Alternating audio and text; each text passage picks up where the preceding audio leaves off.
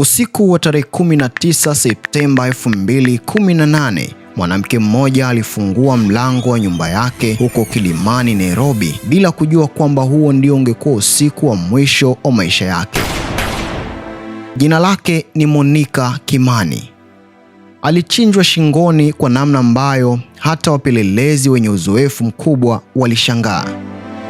Miaka 6 baadaye, kesi yake ingegeuka kuwa moja ya kesi za mauaji zilizofuatiliwa zaidi katika historia ya Kenya. Hii ni Dems Media na hii ndiyo hadithi ya Monica Kimani.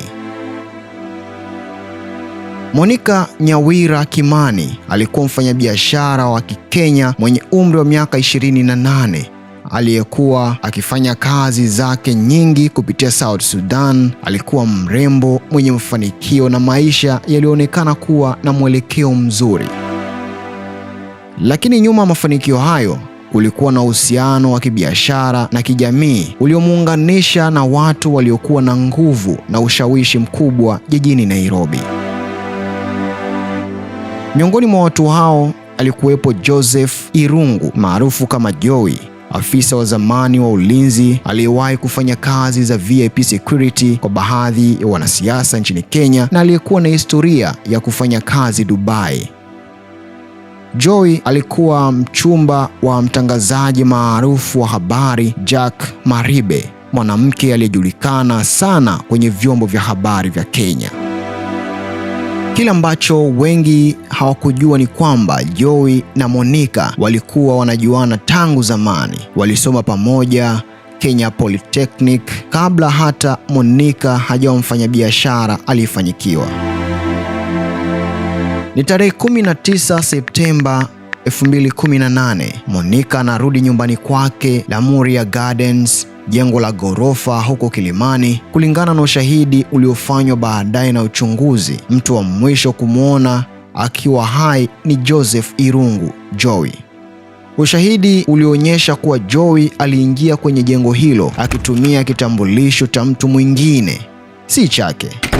Wafanyakazi wa usalama wa jengo hilo walimtambua baadaye kutoka kwenye mavazi aliyokuwa amevaa: fulana nyeupe yenye michoro, kofia ya rangi ya maroon na kaptura ya kahawia. Mavazi hayo yalithibitishwa na shahidi mwingine aliyekuwa naye siku hiyo. Siku 2 baadaye, tarehe 21 Septemba, kitu cha kushtua kilitokea. Joey alijipiga risasi mwenyewe baada ya mabishano na mchumba wake Jack Maribe. Katika nyumba yao ya Royal Park, alikimbilia kwa jirani akiomba amsaidie kuficha bunduki yake kabla ya kukimbizwa hospitalini kutibiwa.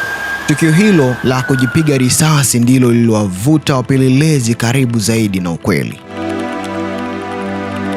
Polisi walipoanza kuchunguza mauaji ya Monica, walikuta mwili wake ukiwa na dalili za kufungwa mikono na miguu kabla ya kuuawa. Uchunguzi ulionyesha kuwa aliyemuua alikuwa na ujuzi wa hali ya juu, jambo lililoongeza maswali kuhusu nani hasa alihusika. Bunduki iliyotumika kumdhibiti Monica kabla ya kifo chake ilithibitishwa kuwa mali ya Joey aliyoikopa kutoka kwa rafiki yake Brian Kasaine, yule jirani aliyemsaidia siku ya tukio la kujipiga risasi. Wakati huo Jack Maribe alikamatwa akituhumiwa kusaidia kuficha ushahidi, ikiwemo kuchoma nguo za Joey ambazo zingeweza kuwa ushahidi muhimu wa mavazi aliyovaa siku ya mauaji. Joey na Maribe wote walikamatwa na kushtakiwa kwa mauaji ya Monica Kimani. Wote wawili walikana mashtaka. Kesi hii ilichukua zaidi ya miaka 5 mahakamani, ikivuta hisia za taifa zima. Kila kikao kilijaa waandishi wa habari na hadithi za Monica, Joey na Maribe zikawa mada ya mazungumzo makubwa kote nchini Kenya. Wakati wa kesi, Joey alidai kwamba hakumfahamu Monica kabla ya tukio hilo, madai ambayo baadaye yalithibitishwa kuwa ya uongo, kwani ushahidi unaonyesha wazi kuwa wawili hao walisoma pamoja miaka mingi kabla.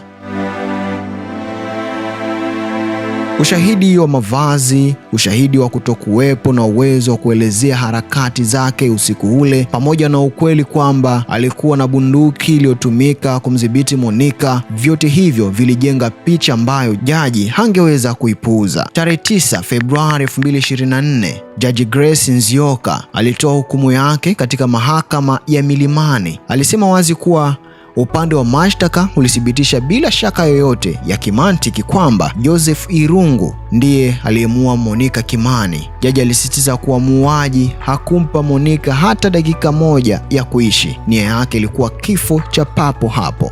Joy alipatikana na hatia ya mauaji. Jack Maribe kwa upande mwingine aliachiliwa huru kwenye mashtaka ya mauaji.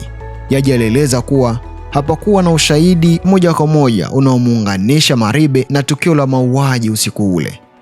Ingawa alibainisha kuwa maelezo yake kwa polisi yalikuwa na utata ambao ungeweza kupelekea mashtaka mengine ya kutoa taarifa za uongo kwa afisa wa umma. Maribe alitoka mahakamani akiwa amevaa suti ya njano akisherehekea uhuru wake, huku Joy akibaki kizuizini akisubiri hukumu ya adhabu yake.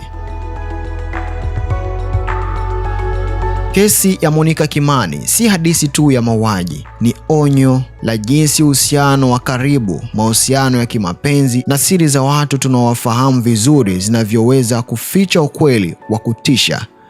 Ni hadithi ya mwanamke aliyekuwa na maisha mazuri mbele yake, aliaminiwa na watu wasiotarajiwa kumdhuru. Miaka 6 baadaye, jina la Monica Kimani bado linakumbukwa nchini Kenya, si tu kwa jinsi alivyokufa, bali kwa jinsi haki ilivyomfikia hata kama ilichukua muda mrefu. Kama video hii imekugusa, andika maoni yako chini na usisahau kujiunga na Dems Media kwa hadithi zaidi za uhalifu halisi kutoka Afrika Mashariki.